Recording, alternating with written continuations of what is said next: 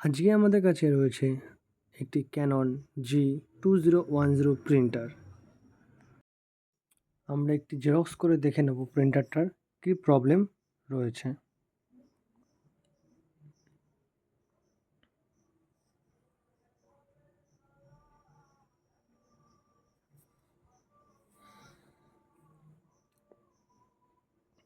দেখাই যাচ্ছে প্রিন্টারটার ব্ল্যাক হেডের সমস্যা আছে, যে কারণে লেখাটি কাটা কাটা আসছে।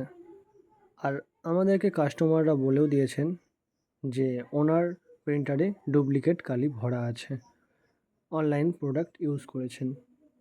আর আপনাদের সকলকে বলে দিন, অনলাইন থেকে কালি আপনারা ব্যবহার করবেন না। অনলাইনের কালি ডুপ্লিকেট হয়, এতে প্রিন্টারের সমস্যা হয়। ওনার কালার হেডেও সমস্যা এবং ব্ল্যাক হেডেও। প্রিন্টারটি এবার আমরা খুলে নিয়েছি। একে একে সমস্ত ট্যাঙ্কের কালিগুলো আমরা বার করে নেব এবং একটি বোতলে আমরা ঢেলে নেব। আর এমনভাবে পরিষ্কার করতে হবে যাতে আমাদের ট্যাঙ্কে একটাতেও কালি না থাকে।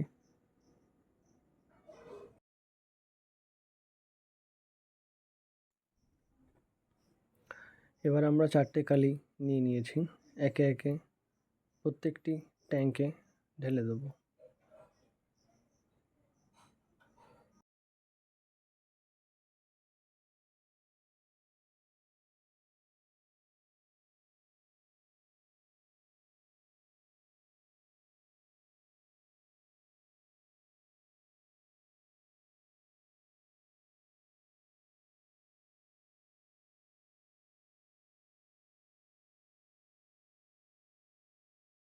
একে একে আমরা 4টে কালি ঢেলে নিয়েছি।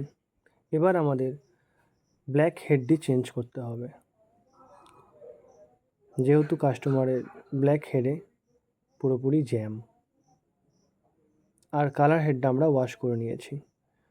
আমাদের দেখে নিতে হবে যেন পাইপে প্রত্যেক কটাতে কালি থাকে।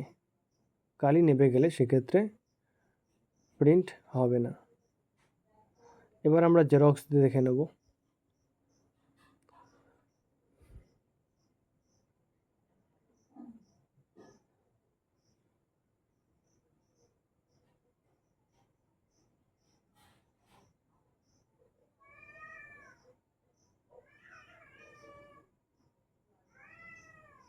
ব্ল্যাকে লেখা একদম ওকে। এবার কালার দিয়ে দেখে নেব।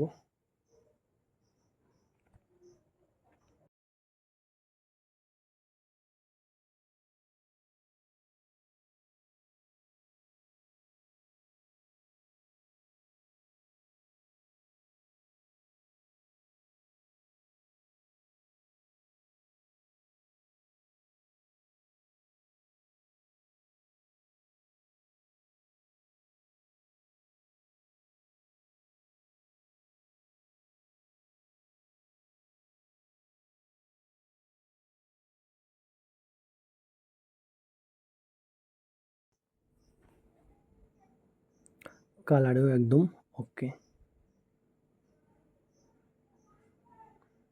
আগের প্রিন্ট ওনার এমন আসছিল, ব্ল্যাক হেডটা চেঞ্জ করে দেওয়ার পর আর কালার হেডটা রিপেয়ার করে দেওয়ার পর এখন প্রিন্ট ওনার এমন। আমাদের প্রিন্টারটি একদম রেডি।